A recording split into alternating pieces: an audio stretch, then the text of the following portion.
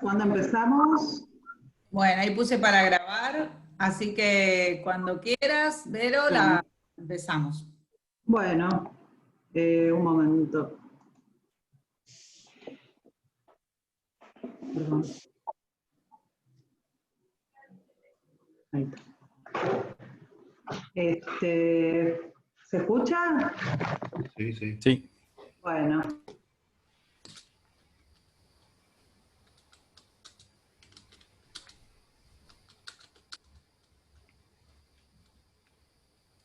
Contar con la presencia de Silvia Ons, un poco como coronando varios encuentros que tuvimos en relación al juego y ciertas cuestiones del discurso capitalista.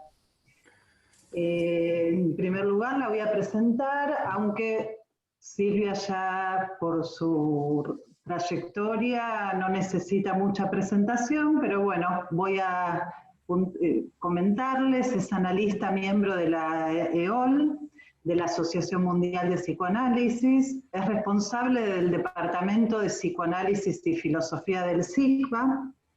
Fue directora y fundadora de la revista Dispar y actualmente forma parte de su consejo editorial. Es docente del ICDEVA, fue profesora titular de la Cátedra de Psicología Profunda de la Facultad de Psicología de la Universidad de Salvador y tiene un amplio recorrido docente tanto en carreras de grado como de posgrado. Escribió muchos libros como Placer y Bien, Platón, Aristóteles y Freud, de editorial Biblos, Una mujer como síntoma de un hombre, de editorial 3Hs, Violencias, Comunismo sexual, Todo lo que necesitas saber sobre psicoanálisis, Amor, locura y violencia en el siglo XXI, y El cuerpo pornográfico, los 5, de editorial Paidós. Ha publicado numerosos trabajos para revistas nacionales y extranjeras especializadas en psicoanálisis, así como artículos de difusión en diarios como Página 12, Clarín, N, Perfil, Tiempo Argentino y Revista Noticias. Así que, bueno, antes de darle la palabra, les comento un poco cómo vamos a hacer. Vamos en primer lugar a escucharla a Silvia. La idea es que si van surgiendo preguntas a lo largo de la exposición, las vayan poniendo en el chat y después vamos a hacer un par de ida y vuelta para armar la conversación con las preguntas que vayan surgiendo en el chat, ¿sí? Para no superponernos y esas cuestiones. Así que, bueno, sin más postergación, le doy la palabra a Silvia y silencien por favor los micrófonos. Bueno, en principio lo que pensé, gracias por la invitación, es un gusto para mí, y lo que pensé inmediatamente es la relación del juego con la tecnología, ya que en mi clínica algunos pacientes comenzaron a, no necesariamente, digamos, por una adicción previa al juego, pero sí comenzaron a hacer, digamos, todo tipo de maniobras en relación a las cuestiones financieras, apostando cada vez más, digamos, al tema de la bolsa, de las acciones, y perdiendo todo tipo de cálculo. Y que lo llevaba otra vez a volver a apostar y no poder detener ese impulso. Entonces me pareció interesante pensar el tema de la tecnología y el juego, que yo supongo que ya lo deben haber elaborado, pero bueno, a mí me resultó interesante justamente por ver este fenómeno en pacientes que no tenían una adicción previa al juego. Con lo cual el tema del dinero virtual me parece que nos enfrenta con varias cuestiones. También, bajo otro sesgo, el tema del pago cuando es por transferencia bancaria, que creo que no tiene el mismo valor que cuando el pago se realiza en presencia. Mucho se ha hablado de las sesiones virtuales, hablando del tema de la presencia, de los cuerpos y demás, pero quizás no se ha tomado este punto que para mí es muy importante y que tiene que ver con el pago. Considero que el pago de manera virtual no es lo mismo que el pago en presencia. Después podemos hablar de eso, pero bueno, no nos vamos a ir del tema con esto. Bueno, en principio, considero que habría que pensar el tema de la tecnología en relación a la decadencia del patriarcado. Primeramente, ya lo he dicho en varias oportunidades, creo que hay que diferenciar machismo de patriarcado. ¿Por qué? Porque si nos remitimos a la palabra patriarcado y lo remitimos a padre, podríamos decir que sería un aspecto del patriarcado, de hecho el nombre tiene que ver justamente con padre, padre tiene un estatuto simbólico, se dice no solamente padre de un hijo, se dice padre de una idea, padre de una doctrina, padre de un movimiento, y hay un aspecto muy importante vinculado justamente con lo simbólico. Mientras que macho remite a un cuerpo que puede también equipararse con el cuerpo de un animal.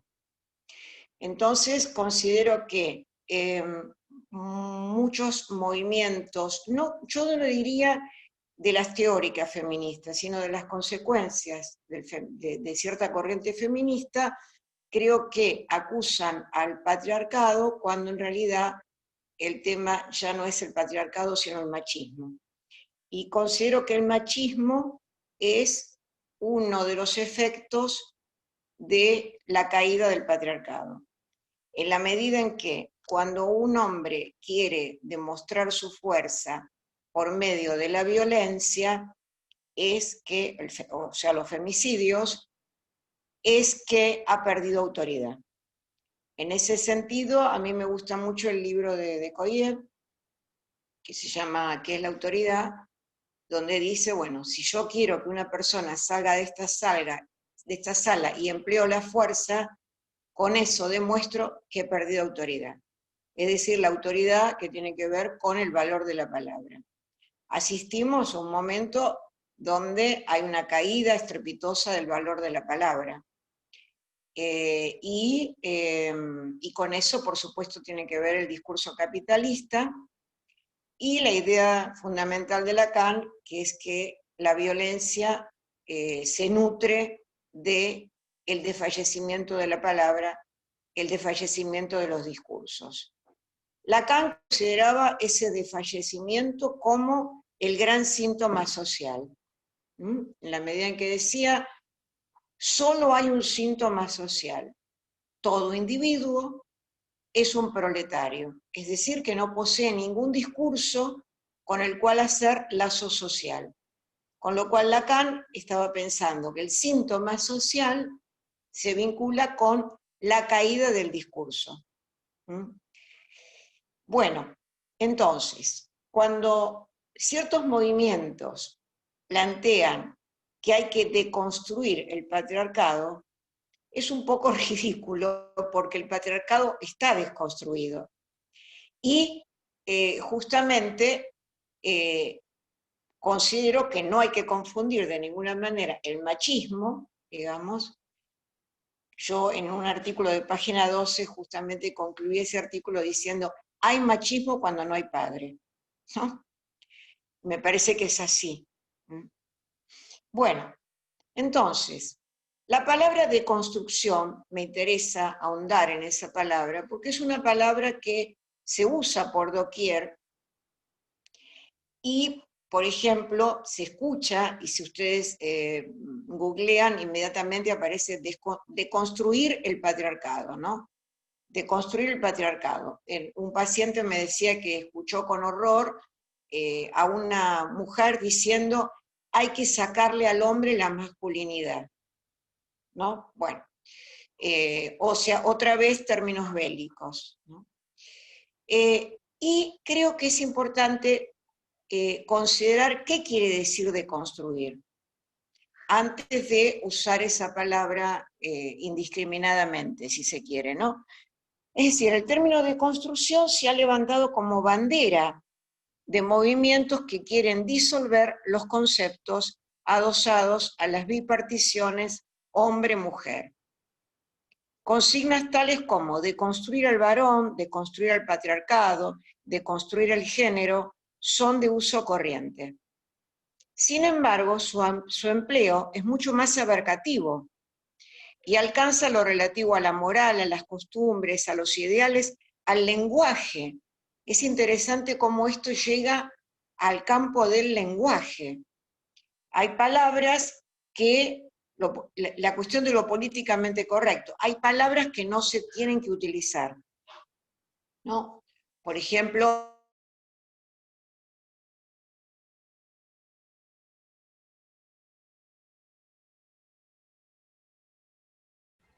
Es un buen ejemplo este, de las palabras que no se tienen que usar. Enigmático. Sí, sí. A ver, ¿qué me pasó? A ver si- Quedó sin imagen, Silvia. Y sin audio. Ujú. No. Esto es Google. Tan interesante que estaba. Intervino acá el algoritmo. Mm. Mientras que la esperamos a que se conecte, ¿alguien escuchó el libro que hizo referencia? ¿El ¿Qué autor? es la autoridad? Koyer. Oye, Jeff. ¿Qué es la autoridad? mm.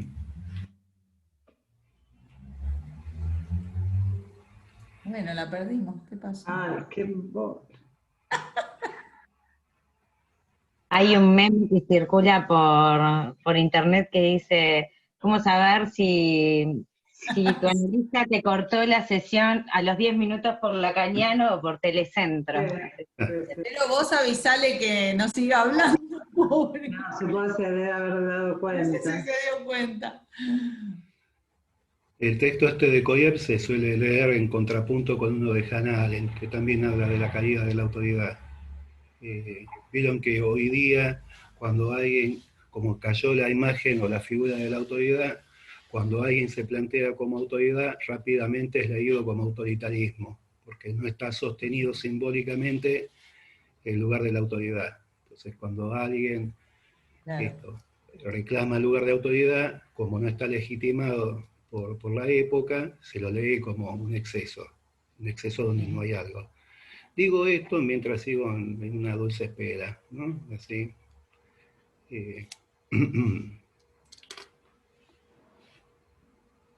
Dale, sigue asociando, vamos. Bueno, seguimos. Yo podría contar lo que entiendo que va a ir contando Silvia, y después hacemos un contrapunto si eso se dio, ¿no? Apostemos. Entiendo que va a pasar a hablar de la Ahí la veo yo a Silvia. Ahí la veo yo. Ah, bueno. ¿Me Mira, escuchan? Ahí está. Ahora sí. Ahí sí. Ahora sí. Bueno, Sí, dale. entonces, la cuestión de la deconstrucción. ¿Cuál es el tema? Llegaron al tema del poliamor, ¿verdad? Que es la deconstrucción de las palabras. ¿Llegamos a eso? No, vos dijiste, se cortó hay antes. cosas que no se pueden decir, dijiste. Y ahí se cortó. Y ahí se cortó poniendo en acto. No se puede decir adulterio. Ah. Se tiene que decir poliamor, que es justamente la negación absoluta de lo que es en realidad el amor, porque el amor jamás es poli. Como decía Lacan, ¿no? Hay que conocer a una mujer para saber cómo es su nombre. Podemos conocer a su mujer, al amante, a otra más, pero no más. O sea, lo poli es lo contrario del amor, ¿no? Entonces, vamos a tomar el concepto de deconstrucción tal cual como lo plantea Derrida. Me parece importante, porque justamente fue Derrida quien se alarmó por el uso de la palabra deconstrucción. Y entonces empezó a pensar que había palabras que su uso, siempre ocurre lo mismo, digamos, ha ocurrido con el psicoanálisis, ocurre con el feminismo, digamos, cuando se masifican, ¿no? Se pierden, digamos, Lacan lo plantea muy bien, ¿no? Se pierde su concepto más original, si se quiere, ¿no? Entonces, por ejemplo, en relación al tema del género, hay intelectuales trans que hasta cuestionan la identidad de género en la infancia, ¿no? Y son trans. Y esto lo tienen que plantear a veces con prurito, como si no fuese políticamente correcto. O sea que realmente vivimos en la dictadura de lo políticamente correcto, porque si un trans, que es Miquel, es un sociólogo catalán, tiene que plantear con prurito que no acuerda con cuando un niño dice que es una niña, ya congelarlo en esa nominación, y lo tiene que plantear con prurito, digamos, uno tiene que pensar que realmente uno está viviendo un poco en cierta imposición de lo políticamente correcto. Volviendo a Derrida, Derrida decía, no, bueno, yo utilicé ese concepto, pero no fue lo esencial de lo que yo consideré. Y hay indeconstruibles, ¿no? Por ejemplo, planteaba que la justicia es un indeconstruible. Pero vamos a cómo plantea Derrida la deconstrucción. Primero, Derrida se apoya en Heidegger. O sea, en Heidegger, en el ser y el tiempo, es fundamentalmente en el prólogo del ser y el tiempo que Heidegger habla de la partícula trans como más allá, como ver a través de, hallarlo encubierto, que no solo se olvida, sino que se ha olvidado que se olvida. El mismo Derrida, voy a decir dónde lo dice en un libro que se llama Deconstrucción y Pragmatismo, en la página 165, advierte sobre el peligro del uso abusivo que estaba teniendo la palabra, uso que la hacía equivalente a destrucción, y que se alejaba del sentido que él le había otorgado. Es decir, que para Derrida, la deconstrucción no es destrucción. Al plantear la deconstrucción como destrucción, se está planteando otra vez la cuestión en términos bélicos. O sea que lo que se intenta cuestionar se termina haciendo, ¿no? Como un poco decía una feminista, Rita Zagato, decía, se trata de que las mujeres no se conviertan en los machos que denuncian, ¿no?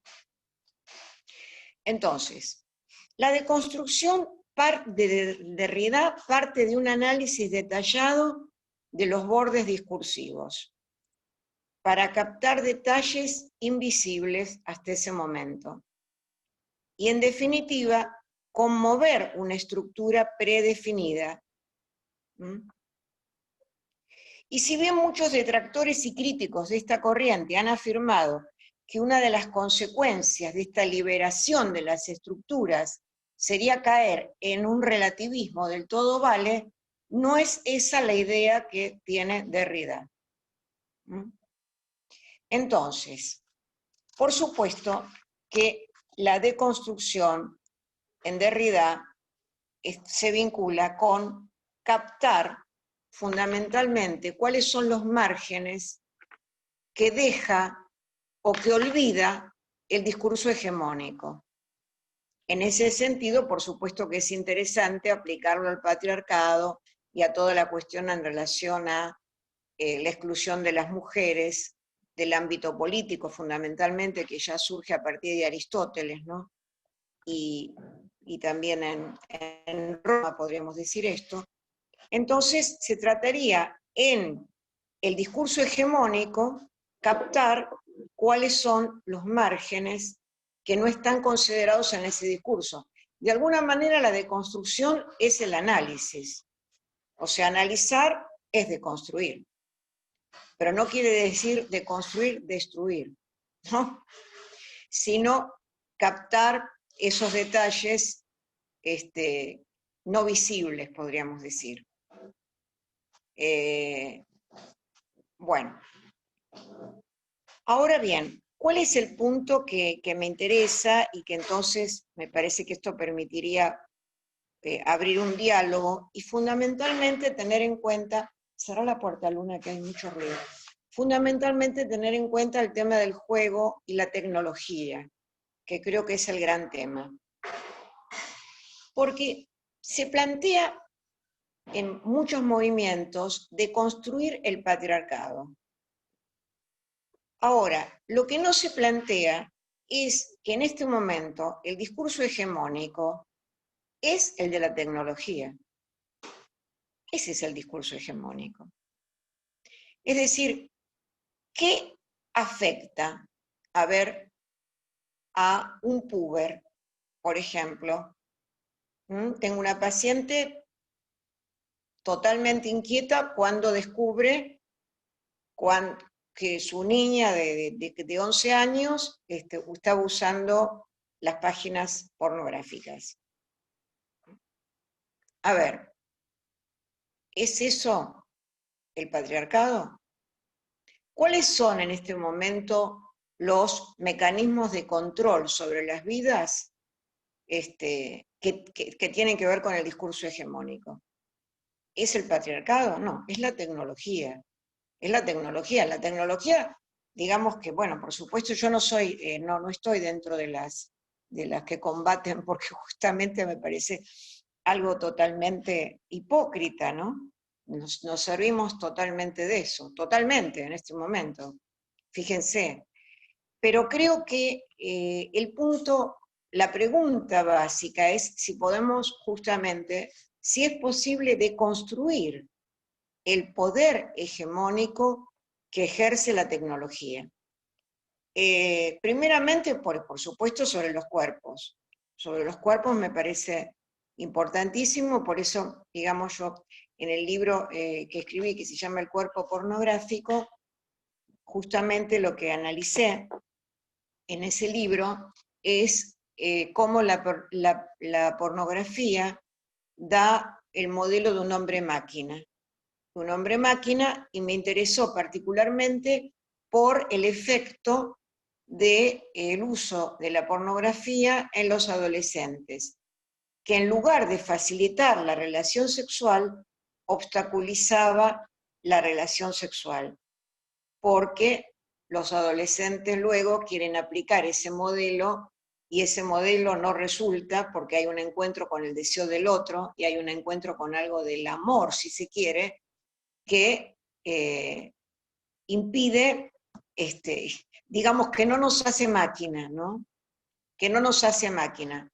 A veces, entonces, los adolescentes, para seguir aplicando ese modelo, entonces usan el Viagra, ¿no? O las drogas, el tema de las drogas. Es decir, que todo va en cadena, podríamos decir, ¿no?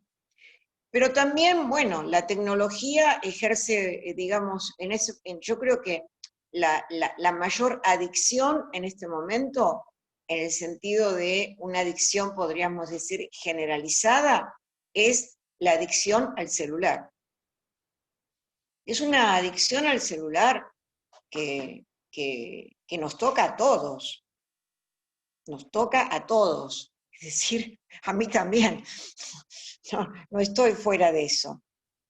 Pero sí creo que es importante ese punto de poder justamente ver de qué se trata en relación al discurso hegemónico.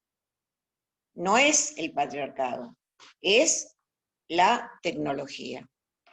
Los datos no son secretos, sabemos perfectamente, se han diseñado microchips que sirven para que en el futuro se puedan detectar nuestros movimientos. Entonces, si la deconstrucción de Derrida ha tenido un perfil eminentemente político como rebelión frente a instancias que han centralizado el poder, se derrumba por ello el discurso hegemónico o adquiere nuevas formas, menos visibles, pero no por ello menos determinantes. ¿Es que hoy tiene un poder decisivo el patriarcado o la tecnología en su relación con la biopolítica como gobierno de la vida?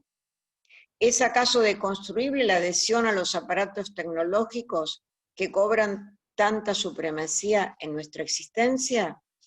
Y la dominación que ejercen sobre los gustos, los consumos, los cuerpos, la manera de pensar, las ideologías. En realidad, creo que creo que hubo muchos pensadores que pudieron advertir esto hace tiempo. Voy a tomar la famosa anécdota de Alphonse Allais, cuando se inventó el teléfono. Es una anécdota muy conocida, pero muy interesante. Cuando se inventa el teléfono, le dicen a Alphonse Allais, mira qué interesante este invento, todo lo que va a permitir.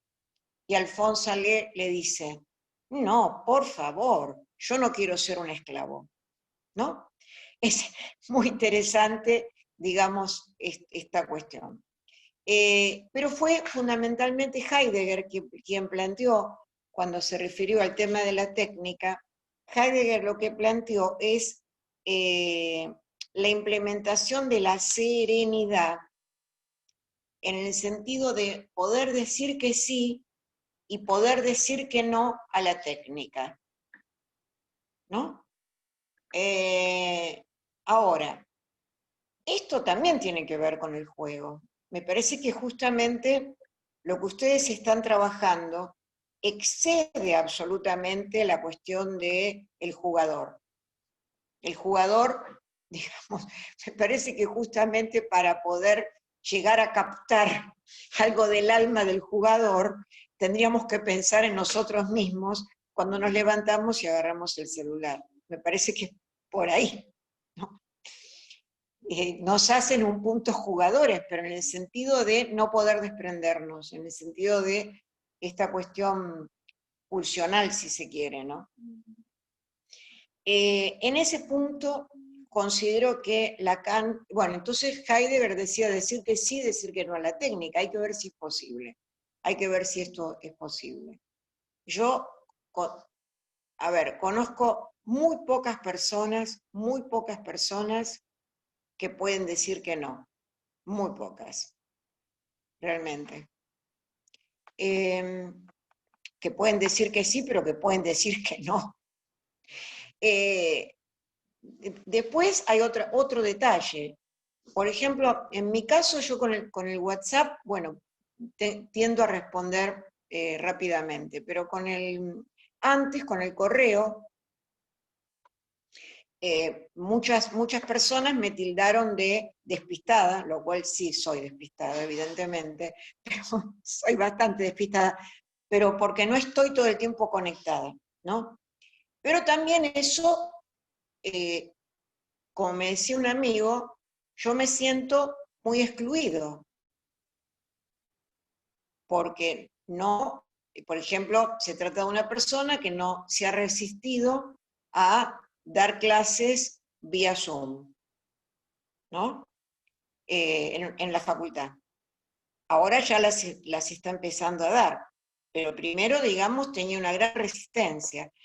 Hay que pensar también en esa resistencia que tendría que ver con ese no. Es una resistencia que tiene que ver con cierta defensa de la singularidad, si se quiere, y también es una resistencia que se vincula con captar cómo la tecnología va a introducir cada vez más plusvalía.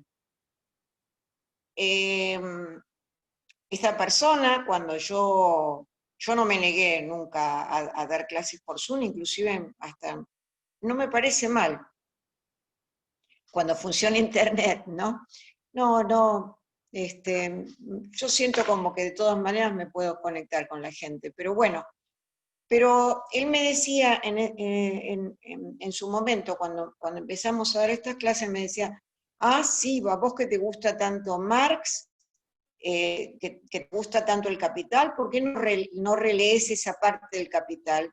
Y sí, siempre me gustó esa parte del Capital, donde los trabajadores empiezan a golpear a la máquina, porque se dan cuenta que la máquina va a quitarles trabajo, ¿no? Entonces Marx les dice, no, está bien, no es la máquina, es la utilización que hace el capitalista, ¿no? No es la máquina, sino su utilización. Pero bueno, en fin, habría que ver. Siempre tomo, digamos, para pensar la influencia de la tecnología sobre nuestros cuerpos, que creo que esa es la verdadera hegemonía. Ya no, digamos, lo planteaba Jorge Alemán hace mucho tiempo, cuando decía, en los 90, decía, fíjense, nos decía, cómo ahora se dice, hijos de la televisión, ¿no? Y él reflexionaba sobre esa frase, hijos de la televisión. Y él decía, ¿qué ha ocurrido con las marcas de los padres? ¿No? Ya no es hijos del patriarcado, no, hijos de la televisión, hijos del celular, hijos de. Hay adicciones y hay fenómenos que yo he notado en la clínica que no remiten a la neurosis infantil, que no remiten a porque la madre, porque el padre y toda la historieta, sino que remiten a la influencia de la época sobre los cuerpos. Entonces, ¿cómo se pueden tratar? Si quieren, vamos a tomar algunos ejemplos, pero bueno, podríamos después verlos, ¿no? Pero, digamos, a ver, a veces aparecen como determinado tipo de perversiones, si se quiere, muy alimentadas por el uso de los celulares, y que pacientes que consultan por las consecuencias de determinadas prácticas, pero no porque esas prácticas entren en conflicto con ideales. Es decir, que no porque entren en conflictos con la neurosis infantil, sino que entran en contraposición con otras cosas, o que dan lugar a determinadas consecuencias. Creo que de todas maneras son pacientes analizables, aunque el tema no remita a la neurosis infantil. Porque como el psicoanálisis, la ética del psicoanálisis es el de las consecuencias, creo que de todas maneras, si uno piensa en esa ética, los pacientes son analizables como en la época de Freud. Pero me estoy refiriendo a los efectos tecnológicos sobre los cuerpos, que me parece que es una dimensión importantísima. Por otra parte, también los sobreentendidos que produce el control digital. Los sobreentendidos que yo no los vinculo tanto con el malentendido, pero podríamos pensar en determinados ejemplos, ¿no? Una pareja se encuentra, están proyectando algo para su futuro, y surge cierta discrepancia entre lo que piensa él y lo que piensa ella, y piensan que van a hablar en otro momento sobre este tema. Él, con características bastante paranoicas, sabemos que esta época predispone también a la paranoia como ninguna otra, porque siempre digo, se trata de una época que por un lado propicia la infidelidad, porque siempre lo nuevo es visto como lo mejor, propicia la infidelidad, pero al mismo tiempo es la época que más se la controla. Ya no existe, digamos, esta cuestión que planteaban las abuelas cuando le decían a la hija o a la nieta, hacete la boluda, hacete la tonta, ¿no? Hacete la tonta, sino que el uso de los celulares y el uso de la computadora y demás funcionan también como un control importante en relación a delitos vinculados con la infidelidad. Pero, por ejemplo, en este caso que yo les comento, que es un ejemplo de mi clínica, el sujeto llega a la casa y se queda pensando en esta cuestión de la diferencia que tiene con la novia, y mi paciente es la novia, y entonces él revisa el Facebook y se encuentra con que ella se conectó con un amigo, y luego revisa el celular y ve que ella en ese momento se había conectado. Bueno, en fin, solamente esto bastó para que se diera una ruptura. Por supuesto que él tenía características también bastante paranoicas, pero el punto es cómo el uso de estos aparatos lo que introduce es una dimensión que podríamos llamar ya no del malentendido, sino del sobreentendido. Sobreentendido. Sabemos que Laurent plantea en relación a esta época la desaparición del sentimiento trágico de la vida. Se inspira, por supuesto, en Lacan, ¿no? Cuando Lacan habla del Edipo, cuando pierde la dimensión trágica, ¿no? La cuestión de la tragedia es muy interesante rastrearla a través de las épocas. En los griegos, la tragedia estaba introducida por un poder externo al hombre, ¿no? Eran los dioses, era la Té, era el destino, las moiras, en fin. Para el griego no existe tanto el sentido un poco de la responsabilidad, el sentido de es el oráculo, aunque vimos también que en Edipo, por más oráculo y por más que él no supiese que tenía relaciones con su madre, de todas maneras está la culpa trágica, podríamos decir. Es una culpa trágica, pero está muy presente el tema del destino. En Hamlet se introduce otra dimensión de la tragedia, sería la tragedia moderna, que es el conflicto. El griego no vive la dimensión del conflicto, que por supuesto que se introduce a partir del pensamiento judeo-cristiano. Entonces, en Hamlet está el tema del conflicto, ¿no? El tema del conflicto y el tema del pecado del padre. Esto es una dimensión muy interesante en Lacan.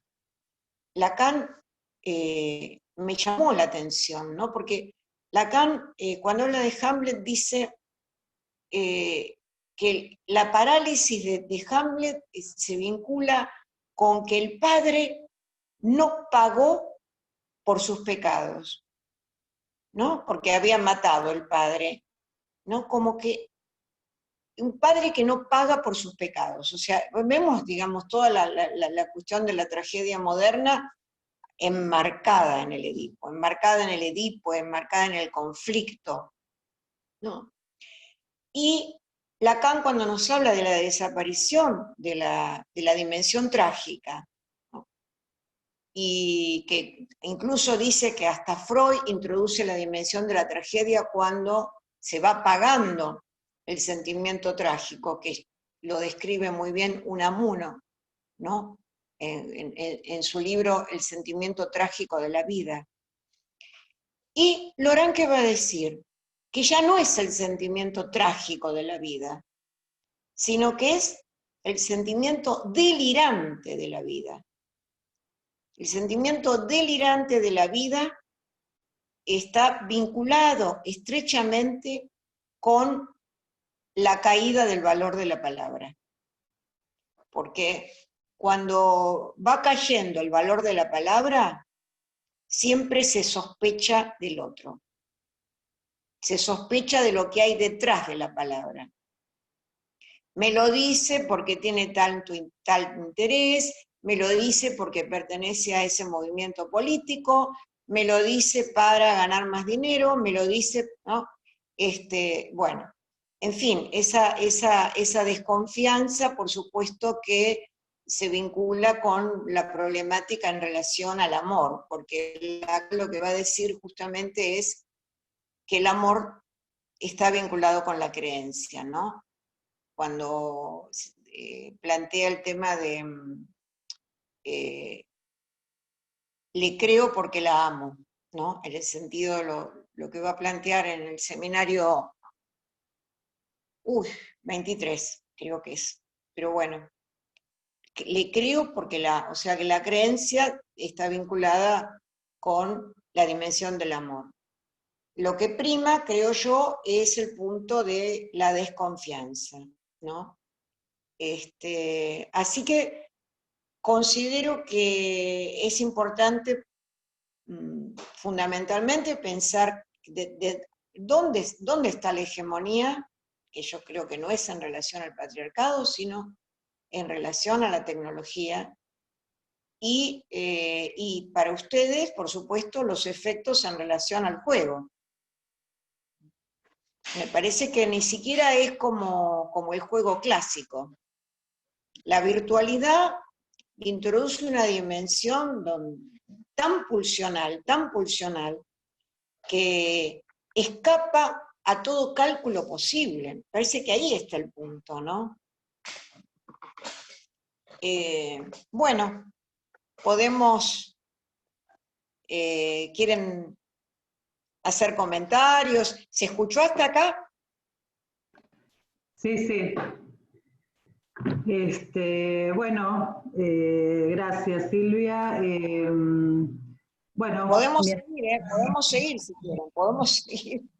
Sí, sí, es la idea, justamente.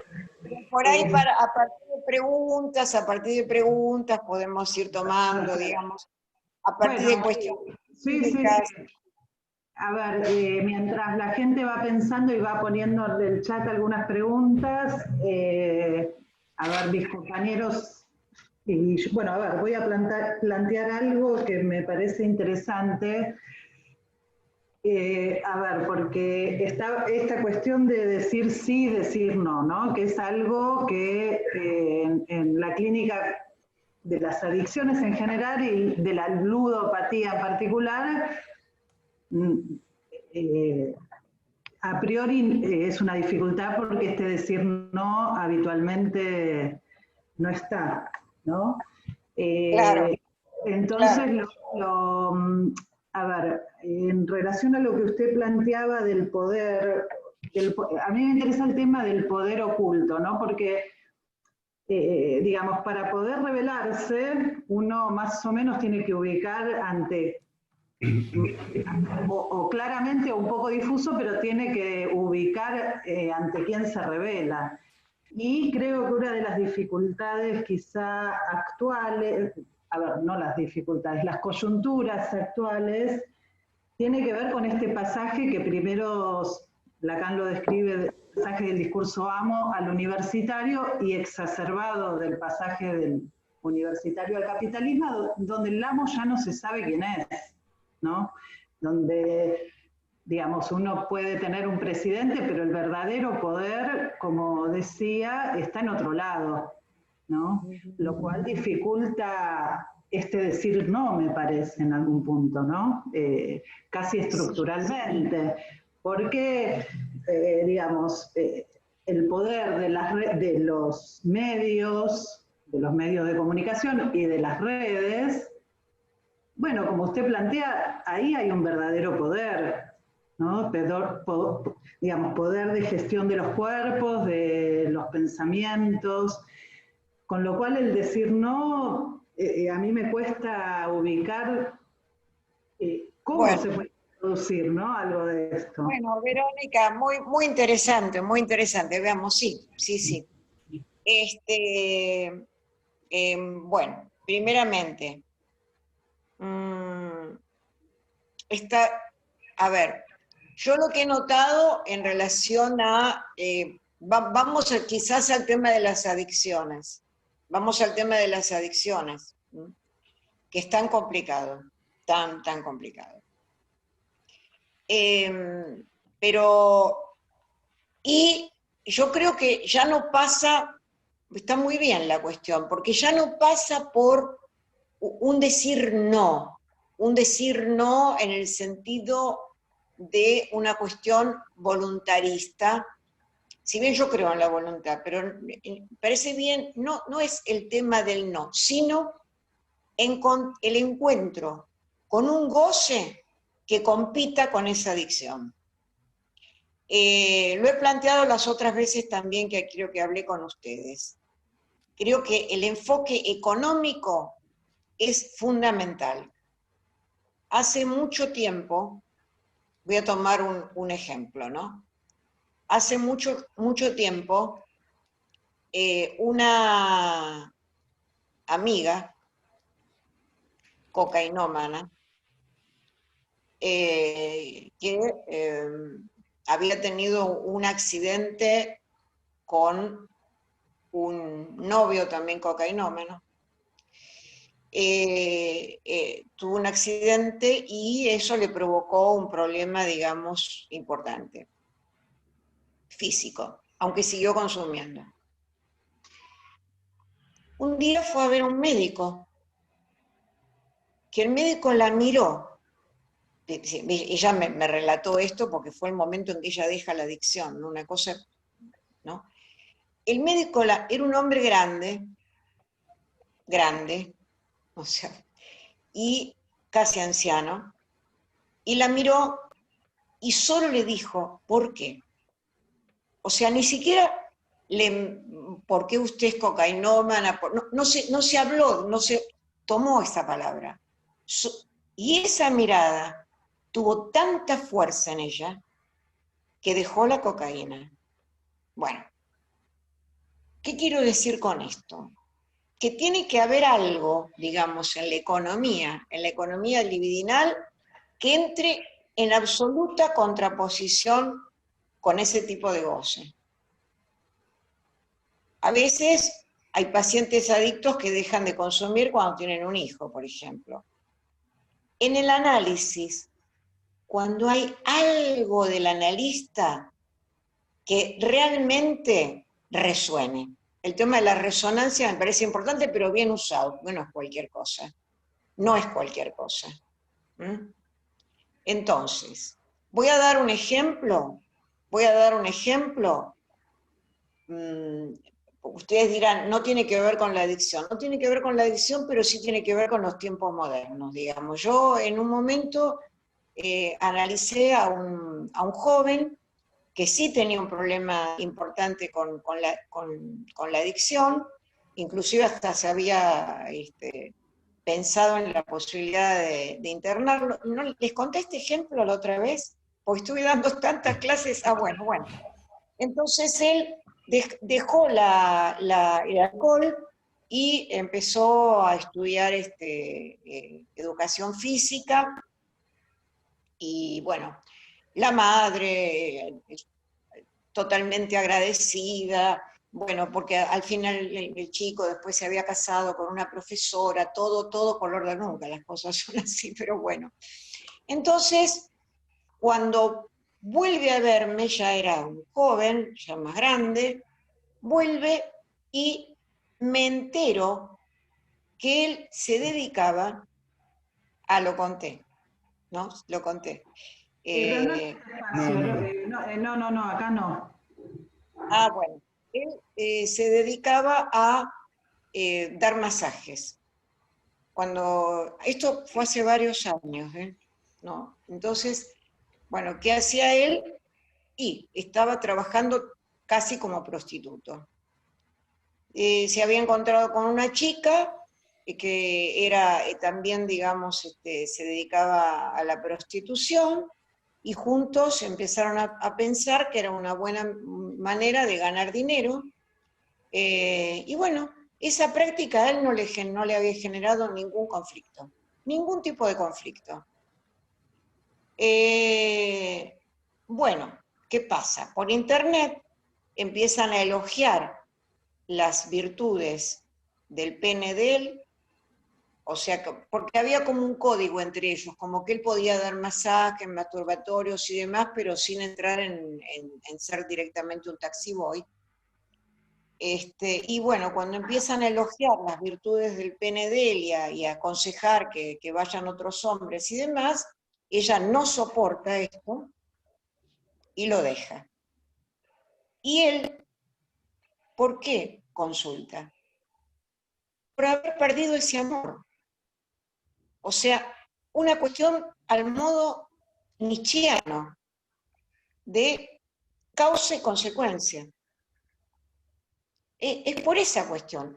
Es a partir de una pérdida, de algo que para él importaba más que ese tipo de prácticas, ¿no? Entonces ya no es a partir del no, sino a partir del encuentro con el amor o con algún goce que entre en contradicción con lo anterior. Es un poco mecanicista lo que les estoy diciendo, tiene mucho que ver con la idea de Spinoza, cuando dice una pasión se deja por otra pasión. Entonces, creo que por ahí yo encontré realmente una vía para trabajar en estos casos. ¿Puedo pacientes. hacer una pregunta Sí. en relación a esto? Un comentario. Me encantó. Sí, Sí. bueno, Muchas gracias, me encantó, me parece muy claro lo que planteás. Hay muchas puntas para seguir y tiene mucho que ver con lo que nosotros trabajamos en el seminario, ¿sabes? Muchos conceptos de que hoy estás ofreciéndonos, articulados. Yo me quedé pensando lo que dijiste, porque una vez en una entrevista que le hicieron a Alejandro Dolina, dijo exactamente lo mismo que acabas de decir vos. Él tuvo una época que jugó mucho, apostaba muchísimo. Bueno, un tipo muy creativo, ya sabemos, ¿no? Y en un momento le pregunta al periodista por qué dejó de jugar, si era lo que lo apasionaba tanto, porque ahí lo que sí vemos nosotros clínicamente son pasiones fijas, digamos, muy difíciles de conmover. Y él dijo, bueno, lo que pasa es que estaba perdiendo mis otras pasiones. Es decir, que él detectó que con esta pasión que lo absorbía de una manera única, sus otras pasiones de la vida se estaban debilitando, que es lo que se ve, ¿no? Que se van como perdiendo los otros intereses, y como estaba capturado por una sola, él se dio cuenta que tenía que dejar esa para recuperar las otras. O sea que hay una dimensión relacionada con la pérdida, digamos, y la ganancia, que está muy presente en el asunto, digamos, de la ludopatía, que tiene fuerza en ese punto. Y cuando vos hablabas de que un goce compita con otro, me recordó rápidamente quizás habría que reformularnos o replantearnos la frase famosa de Lacan del Seminario 20, cuando habla del amor, y dice que el amor es lo que permite condescender el goce al deseo. Bueno, acá estamos en un ámbito donde habría que pensar quizás en términos de diferentes goces. O sea, un goce puede, digamos, hacer condescender a otro más mortífero a algo que no sea tan mortífero, algo así, como que la competencia. Está perfecto lo que decís. Hay un libro de Gerardo Arenas que se llama Para una economía de los goces, que es interesante, ¿no? Porque él plantea, cuando aumenta el goce fálico, va desapareciendo el goce de la vida. Lo que pasa es que yo creo que hay que profundizar un poco el tema del goce, ¿no? Porque yo veo que a veces se aplica por doquier, ¿no? Todo termina siendo goce, todo, yo no, creo que, por ejemplo, me parece que habría que profundizar qué quiere decir el goce de la vida. ¿No? Porque uno dice goce de la vida y cree que lo entiende. Yo me parece que habría que profundizar un poco más. Sé que, digamos, toda esta cuestión repetitiva evidentemente tiene que ver con el goce fálico, ¿no? Pero creo que hay algo que ya en el juego que excede al goce fálico, porque lleva, digamos, a un todismo que lleva el no todo. O sea, Claro, es más algo, una dimensión infinita, más ligado al goce fálico, digamos. claro, claro. Parece que ahí hay un asunto. Pero bueno, pero lo interesante también es ver cómo hay gente que aún sin análisis, digamos, puede en algún punto, en algún momento, digamos, algo puede dejar caer, digamos, algo de la pérdida se le puede producir y tal que en ese momento puede dejar esa práctica. Y es interesante ver eso, porque cómo es Claro, claro. que nosotros trabajamos mucho cómo alguien se engancha, ¿verdad? Los desencadenamientos, las condiciones subjetivas, familiares, qué pasa cuando alguien se engancha. Pero lo que no podemos a veces ubicar bien es cómo alguien se desengancha, porque también pasa esto. O sea, ¿qué Tal falta cual. hay ahí? ¿Qué es lo que ocurre ahí? ¿No? Para que alguien pueda desengancharse de algo tan fijo. Y sí, y sí. Creo que hay algo del orden de la presencia del analista que tiene suma importancia. Suma importancia. Silvia, sabes que me llamó la atención que traigas la De referencia. la importancia libidinal de la presencia del analista, hasta en términos fuertemente libidinales. Lo pienso, por ejemplo, hasta en este médico anciano que solamente le dice por qué. ¿Cómo ese por qué, el efecto realmente de la que tuvo eso en esta mujer? ¿No? Bueno, es el porqué y es la mirada, decías, que agrega, Exacto, exacto. digo, por lo libidinal Exacto. en juego. Y hay una intervención de Lacan en el seminario 13, creo que está leyendo el libro del Dante, está leyendo El infierno del Dante, y cuenta una serie de Sí, intervenciones que se apoyan en esto, en causar algo de vergüenza también, en señalar el goce, señalarlo únicamente. Igual lo que me había llamado la atención es que habías traído la mención esta cuerpo-máquina, de relación a la pornografía, y es un tema que a mí me ha llamado la atención, el tema del cuerpo-máquina, lo trabaja Lacan en algunas muy poquitas partes, algo en el seminario 2, en alguna conferencia, en el claro, 22, sí. muy poco Sí. está. Y hay una referencia que entiendo que Solidaria, él entiendo que está tomando un texto de Coiré, y que es pensar la ciencia, y ahí Coiré lo que habla es de la alteración que trae en la vida de la gente la introducción de la máquina. Y que hay algo de la introducción de la máquina que introduce, que es una alteración del ritmo de trabajo, que ya no es esfuerzo y descanso, sino que arma una continuidad, ¿no? Es un continuo.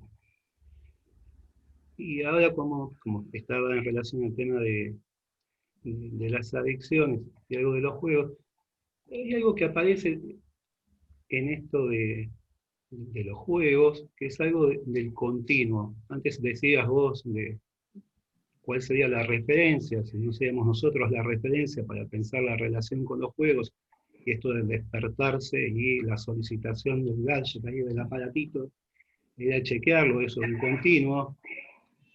Y hay algo que me llamó la atención varias veces cuando escucho a gente que juega, que es que no juegan partidas. No es que se juega un juego y se termina. Es un juego que no se termina. Es decir, que si va al Claro, casino y un día pierde, no es un juego que es conclusivo. Sigue.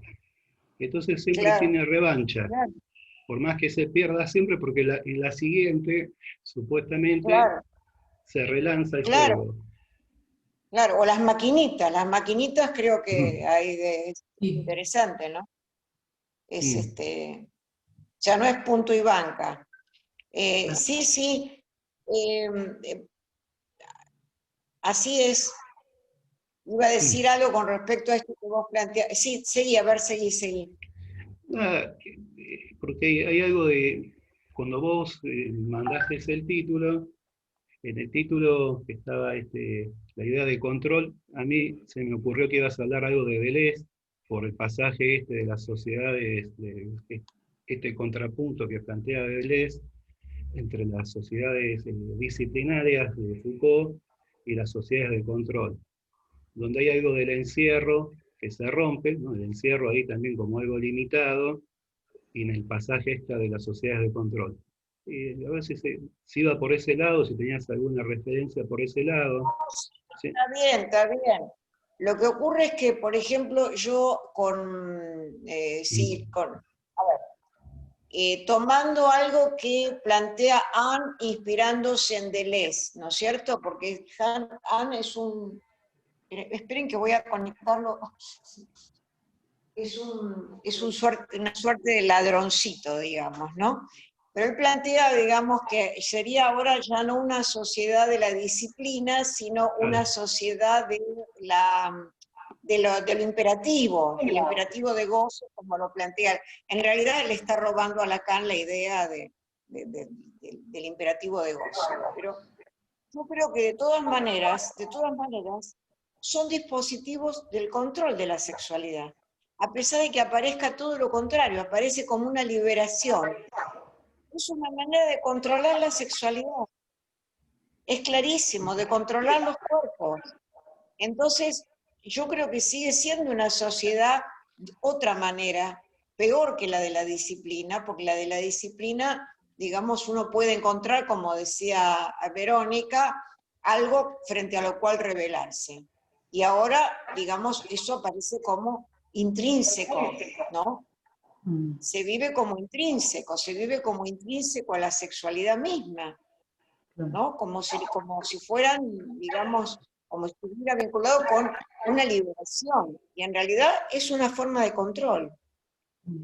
En ese punto, porque ya que estamos ahí un poquito asociando libremente, viste que Foucault toma como modelo para las sociedades disciplinarias la idea de panóptico, ¿no? Donde está el ojo que controla todo esto, y hay algo ahí que también menciona Miller, de la caída de la mirada de Dios, ahí con el ejemplo de Vatel, que trata de restablecer algo de la mirada de Dios en algún lado, y Pascal también, y donde Miller habla del pasaje donde todos se exponen con todos a ser mirados, y todos a ser gozados con todos mirándose, ¿sí? Donde hay algo ahí quizá de la caída de una jerarquía de la autoridad que hablabas vos antes, donde queda derivado algo de lo que antes podría ser una autoridad en el control de cada uno, del goce de cada uno por cada uno, ¿no?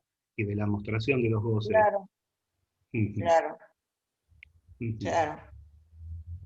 Lo que ocurre es que ahora, digamos, no se detectan tanto los controles. Uno cree que es autónomo, por eso creo que la idea extraordinaria de Lacan, que en realidad fue anticipada por la psicosis, por eso digo lo que el psicótico nos enseña, ¿no? Como decía Freud, el cristal se rompe siguiendo las líneas de su articulación. Maravilloso lo que dice Freud.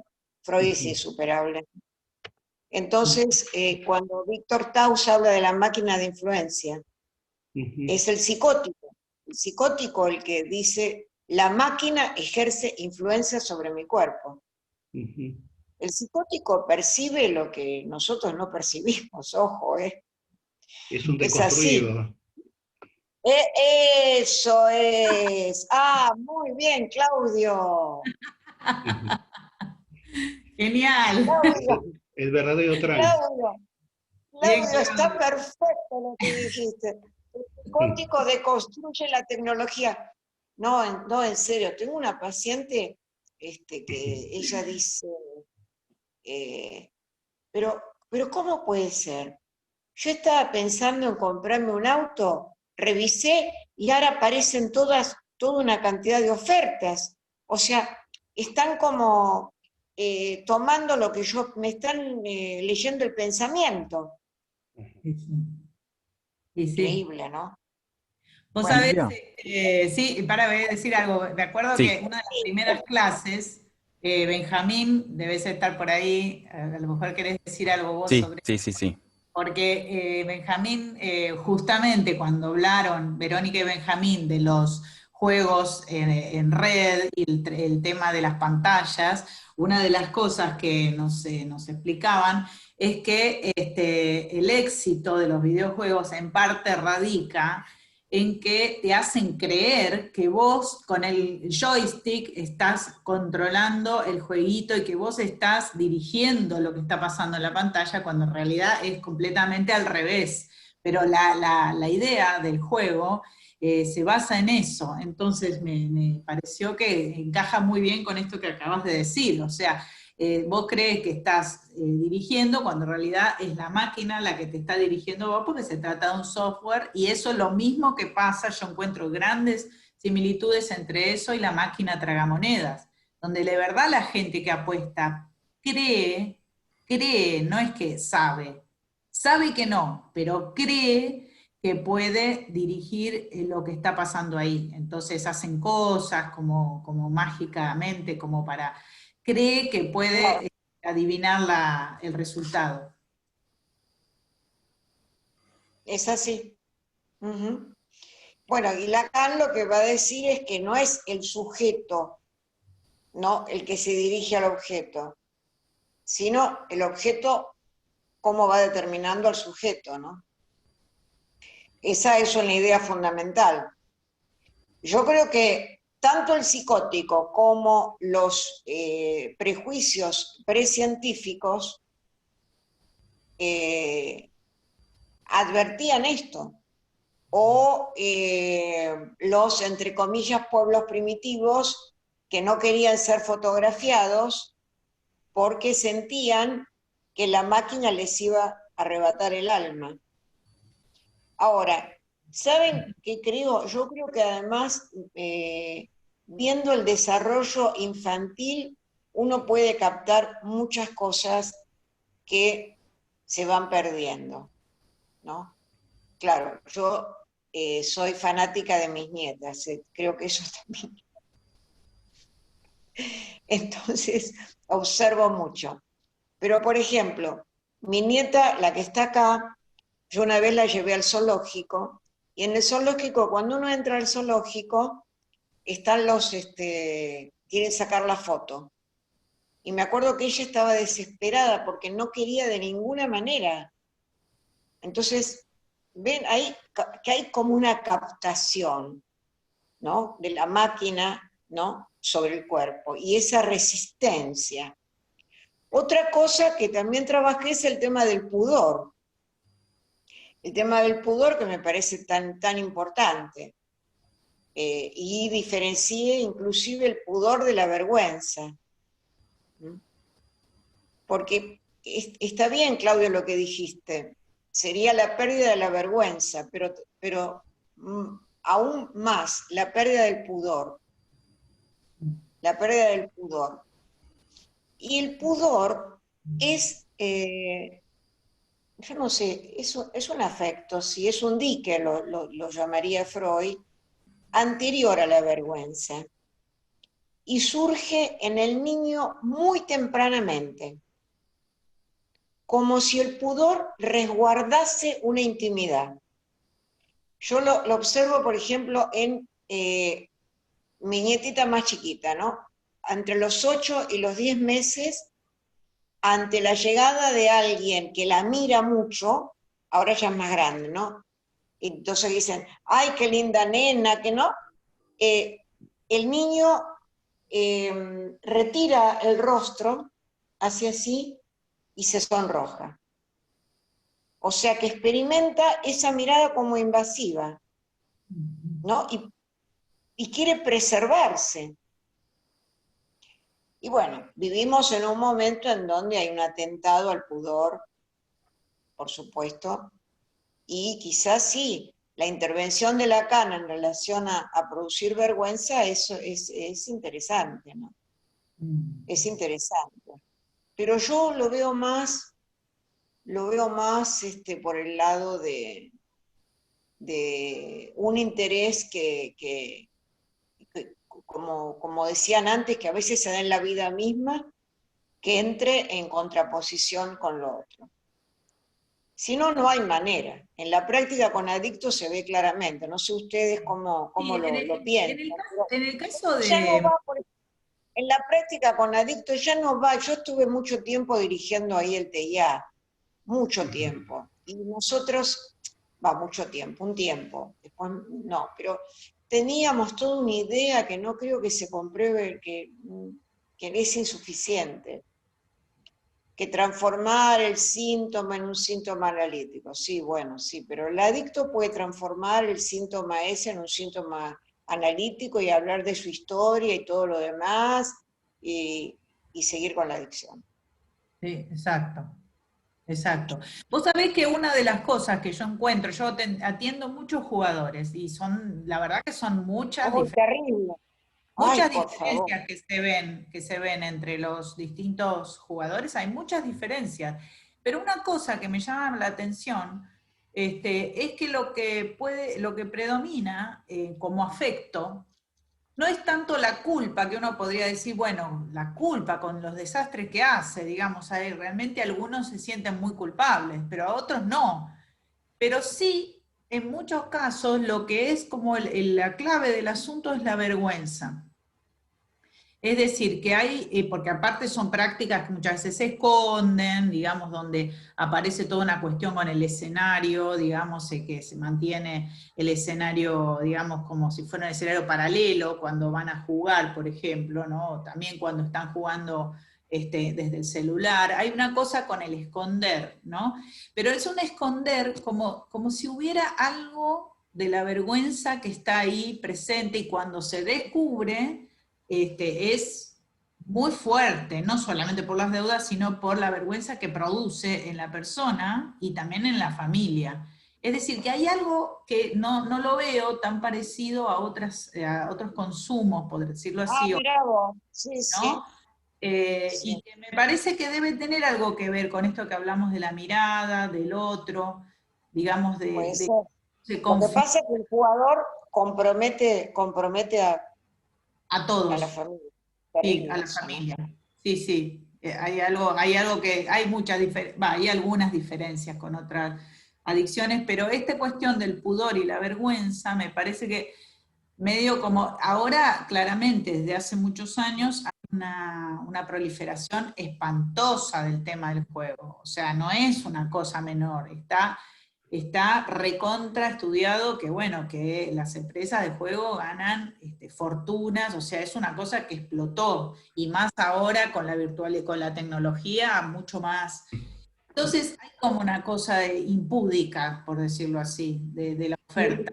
Una cosa para agregar a esto, ¿no? Yo voy por el lado de la dificultad, ¿no? Porque muchas veces, bueno, en el equipo hablamos de que es una clínica muy difícil, justamente, a ver, yo creo que el tema de la vergüenza y de esto de lo que planteaba antes como perder, cuando se dan cuenta que pierden otra cosa, pero justamente ese es el obstáculo, porque lo que venimos trabajando, por ejemplo, este año bastante, es que no tienen real dimensión de la pérdida, ¿no? De hecho, justamente por eso pasa que los que nos terminamos angustiando somos los que estamos, los que escuchamos lo que pierden, ¿no? Claro, sí, entiendo. Magníficas donde uno se empieza a angustiar de lo que el otro puso en juego y perdió. Entonces yo ahí ubico un obstáculo también de la mano de que es una lógica absolutamente promovida por el discurso actual, ¿no? Sin ir más lejos, creo que hace 2 semanas el gobierno de la ciudad habilitó las apuestas online, o sea, está promovido. Digo, para ubicar cuál es el escollo en el que estamos, ¿no? Al menos cuando tengo pacientes es que es muy difícil introducir la dimensión de la pérdida, porque no, es como si no tuvieran esa vivencia de estar perdiendo algo, ¿no? Entonces, bueno, la pregunta es cómo hacer que exista una pérdida, cómo hacer que algo de eso Claro, claro. ¿no? Sí, sí, entiendo la dificultad. Yo quería agregar una cuestión. Bueno, ante todo agradecerte, Silvia, la verdad que muy rica tu presentación. Nos dejas un montón de referencias ahí como para ir profundizando en distintas puntas el desarrollo que trajiste hoy. Un poco a raíz de esto último que vienen conversando, me surge la siguiente idea. Hay pacientes que consultan con el síntoma de la adicción, por decirlo así. Síntoma, obviamente, no formación del inconsciente, sino con el síntoma de la adicción. Eso es lo problemático, por eso lo trae la familia o por eso viene el paciente. Ahora, asistimos a un momento en el cual, vos lo dijiste al comienzo, Silvia, hay una adicción generalizada en relación a la tecnología, y que cuando eso no hace síntoma que amerite, digamos, la consulta con un analista, queda como una suerte de patología subclínica. Es la adicción de todos, digamos. Me pregunto qué hacer con eso. Tenemos pacientes a veces que están analizando un síntoma neurótico y que en paralelo tiene una adicción al celular, digamos, pero eso no entra en el dispositivo analítico, queda ahí como una condición normal de la vida. ¿Qué se hace con eso? O sea, tenemos que estar a la espera, digamos, de que eso a que eso entre en las redes del síntoma. De alguna manera hay que hacerlo entrar, de alguna manera algo hay que hacer entrar. Pues interesante porque, o sea... El tema es que estamos todos adictos al celular, pero bueno, pero es una... No, hay que ver, digamos, hacerlo entrar sería un poco poder rastrear cuáles son las consecuencias. Me parece que va por ahí el punto. No desde una cuestión moral, sino, porque si no, bueno, que el sujeto siga con eso, digamos. Pero justamente si hay una consulta o si hay algún efecto es porque hay alguna consecuencia. O sea, por eso digo que la ética de las consecuencias me parece que es muy interesante. Sería una ética, dice Miller, contraria al alma bella, ¿no? Digamos que el alma bella es la ética de las intenciones, ¿no? Señalar las consecuencias me parece es un movimiento, es una intervención distinta a preguntar por la causa, por ejemplo, o preguntar por los determinantes, que va en la línea de lo que vos señalaste antes, como lo que está articulado a la neurosis infantil. Es tal cual, Benjamín, yo creo que es la manera en que hoy se analizan estos casos. Porque además el tema de las causas, a ver, los adictos, estamos hablando de las adicciones, ¿no? Son especialistas en encontrar las causas, en engatusar al analista con eso. Qué genial. No, porque mi madre les trago, bueno, y si además están nutridos en conceptos psicoanalíticos, por mi madre, el estrago materno, la mamá. Chamullo, como diría. Chamullo. Sí, no. a mí me parece que lo de las consecuencias se articula a la cuestión pragmática también, porque, a ver... Pero hay un pragmatismo. Si hay un pragmatismo que tampoco... A ver, tampoco es un pragmatismo que nos tiene que hacer olvidar la verdad, pero creo que va por el lado ese. No hay caso. No. Igual, yo insisto, me parece muy interesante, pero... Estoy de acuerdo con eso, sí. Bueno, ustedes seguramente habrán tomado Dostoyevsky, ¿no? Sí. Sí, tenemos un especialista acá en el Dostoyevsky. Bueno, claro. Hay un libro que escribió su mujer, Ana. A mí me lo habían regalado. Sí. Donde ella dice que cada vez que él perdía, ella se tranquilizó porque cada vez escribía mejor. Pero bueno, era un neurótico. Pero qué escritura, ¿no? que escritura. Bueno, hay algo que aparece ahí en Porque Dostoyevsky. en Dostoyevsky es que tenía que inscribirse esa pérdida, tenía que inscribirse esa, pues un neurótico, para él poder escribir, ¿no? Sí. Tenía que perder. Hay algo que venías contando y que queda en relación a algo de Dostoyevsky, tanto en el Dostoyevsky, el jugador y las cartas y demás, lo que trabaja Freud, en donde trabajamos, Freud habla de una neurosis grave, y se podía leer que había puntos que la neurosis podía tomar, ¿sí? Puntos pulsionales que la neurosis podía tomar y puntos que no podía tomar, ¿sí? A partir de ahí abrimos una vía que era algo que trabaja Miller, que se llama Raptus, que es justamente determinados aspectos que no entran, que no son sofocados por la neurosis de aspectos pulsionales. Digo esto por lo que contabas antes de el relato, que sería relato neurótico, donde está el relato de los padecimientos neuróticos y donde no entra lo adictivo en ese relato, que queda separado del relato. Esto que también traía Benjamin, en relación a la adicción al teléfono, ¿no? Que está ahí dando vueltas, está mostrado, pero no está dicho.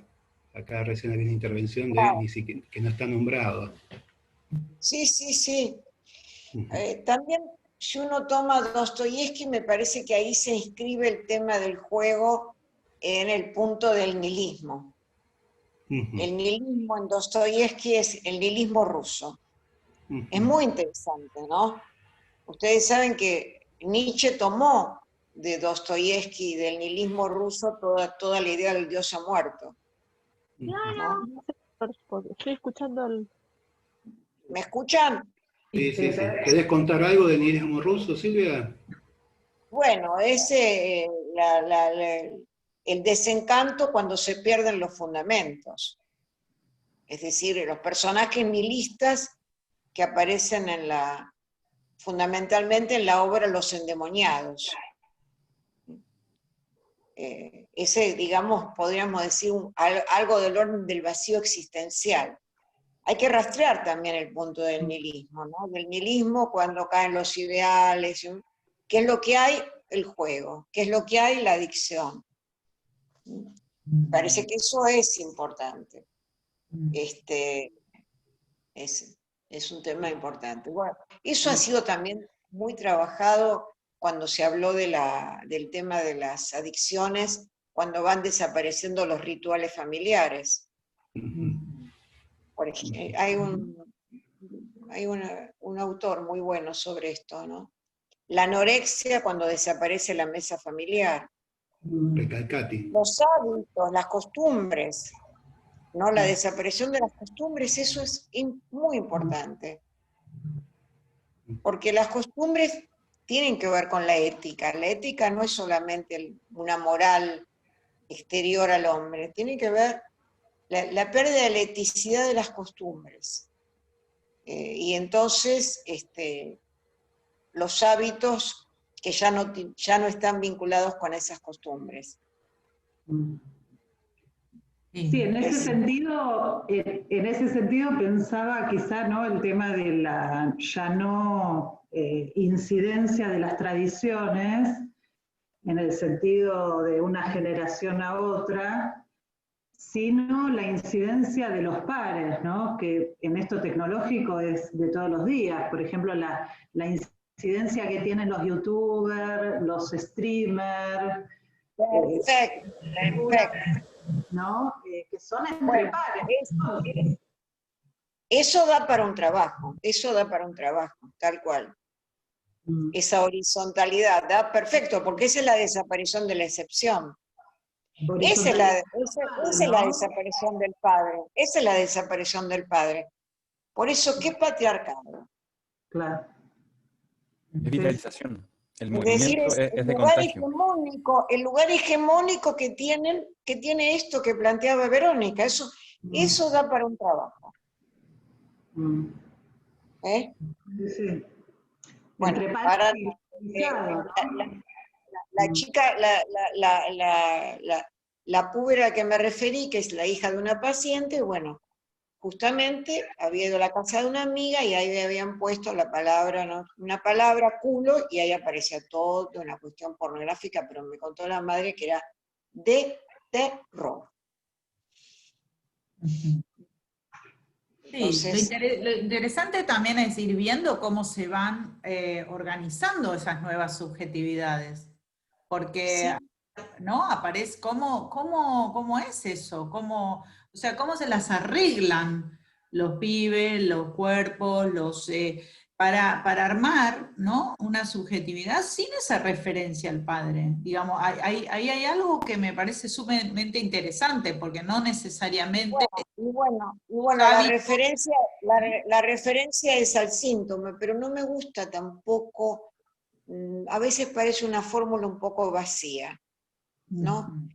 Yo creo que la referencia uno tiene que encontrar, tiene que pensarla en relación a una singularidad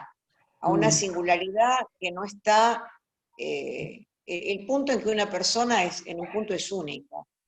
Un interés que no esté vinculado con esa red, digamos, horizontal, o como se dice, las comunidades de goce o esas pavadas, porque no hay ninguna comunidad posible. Por eso no me gusta la palabra colectivo, ni empoderamiento, ni todas esas palabras que se usan actualmente. Creo en la singularidad. Creo que cuando Lacan habla del tema del síntoma, habla de la singularidad. Pero la singularidad que uno la puede encontrar en pequeñas cosas. sí. Pero bueno. Bueno, muy bien.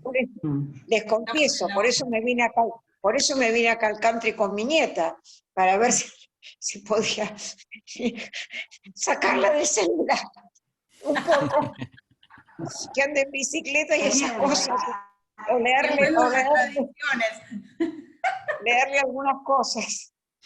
Bueno, un cariño a todos. Bueno, muchas gracias, Silvia, la verdad es que Muchas gracias. fue muy rico, muchas gracias.